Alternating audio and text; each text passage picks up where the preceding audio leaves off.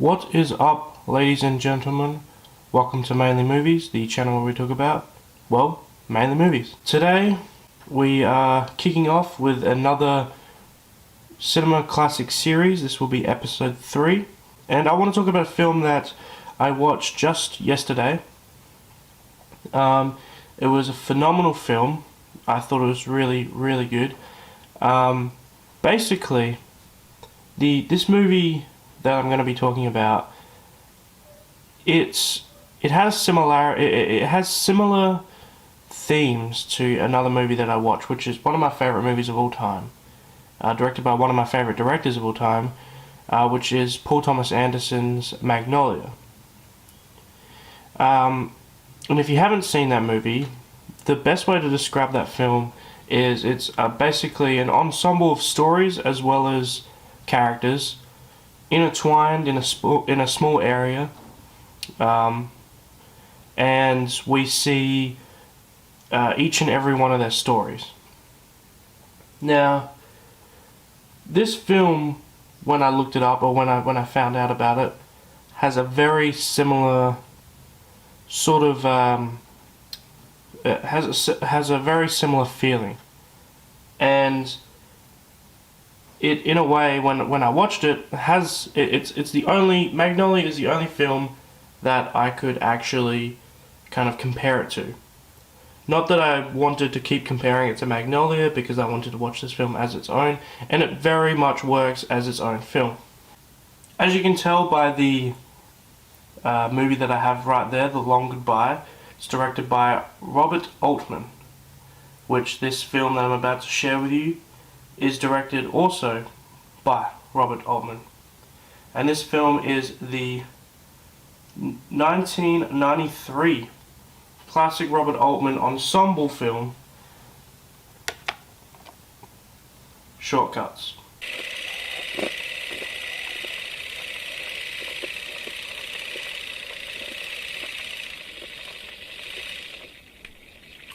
So Shortcuts stars quite a lot of famous individuals. We have Tim Robbins, we have Frances McDormand, we have Jennifer Jason Leigh, Chris Penn, Julianne Moore, Robert Downey Jr., and as you can see by the list there, the list continues to go on.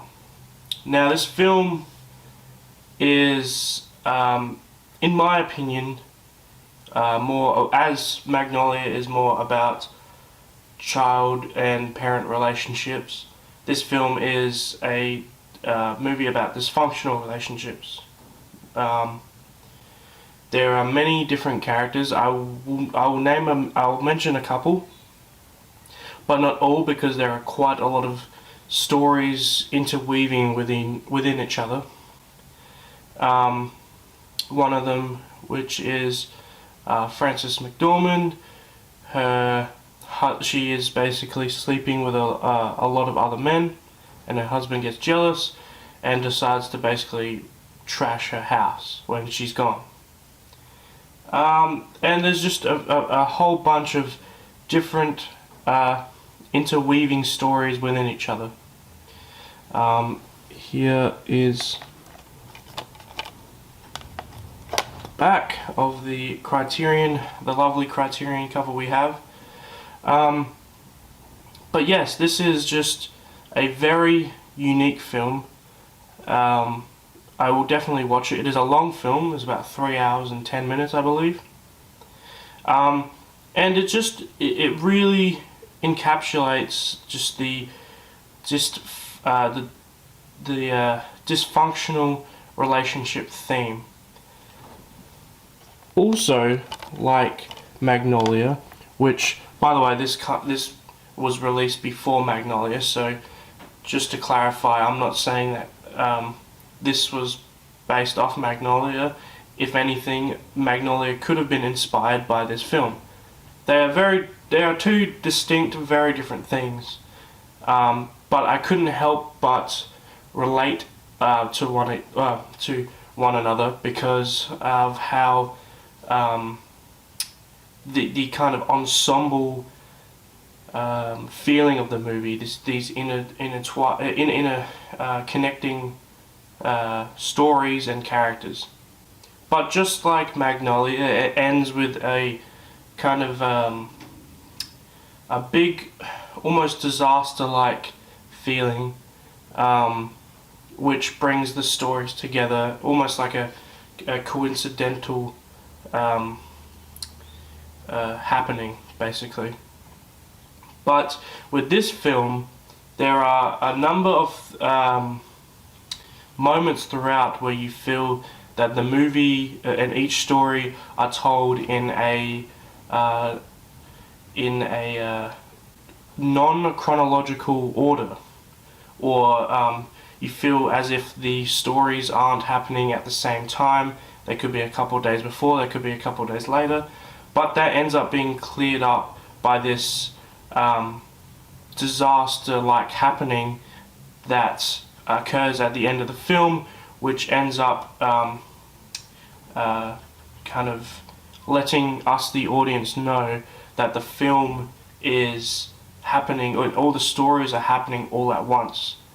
But the beautiful cinematography, the beautiful acting, there are very, very good performances. Tim Robbins in this film plays a almost chauvinist in a way, or just a very, I guess you could say, sleazebag, sleeping with other women that aren't his wife, and he's just going through kind of a rough time. We kind of get an understanding of his character, but we also don't really. But the one person that I feel actually steals the show, even though he doesn't have much lines throughout the whole film, that is Chris Penn, who was also in Reservoir Dogs. He really has this almost physical performance because of his facial expressions that we see as his girlfriend, played by Jennifer Jason Leigh, is a phone operator for a phone sex hotline, basically, and we see him reacting to her phone calls almost, and he gets a little bit jealous in a way, and but there's a moment, and you could tell by the start of the movie that each character is going to have some sort of moment where they snap, where they become, where they lose it. And as for most do, but a lot of them kind of, there's a couple that do work out their problems, and there's a couple that don't. I don't mean a couple as in a relationship couple. I mean there's a couple of stories, and there's a few stories where they end up kind of having a happy ending, and there's a few that don't. But they perfectly make sense because you can tell, and I feel like the Criterion cover here actually shows, just can kind of show you the dysfunctionality of the relationships with just this broken heart. Now we have the lovely Criterion booklet here. This one actually folds out and has a lot of information about the film and Robert Altman's kind of, I guess, ideas about the film. Now the film that's next to it, The Long Goodbye, is a film that I haven't seen, that's why I haven't talked about it. But it is a film that I'm definitely going to watch, especially after watching this film, as well as MASH and Nashville, which Nashville I'm hoping to get on the Criterion soon. And MASH is a film that I was going to watch this morning, but I didn't get time. But I thought I still have to make the classic, the Cinema Classic collection, or the Cinema Classic series, sorry, video on this film, because I feel it's quite important. It's a quite important film in cinema.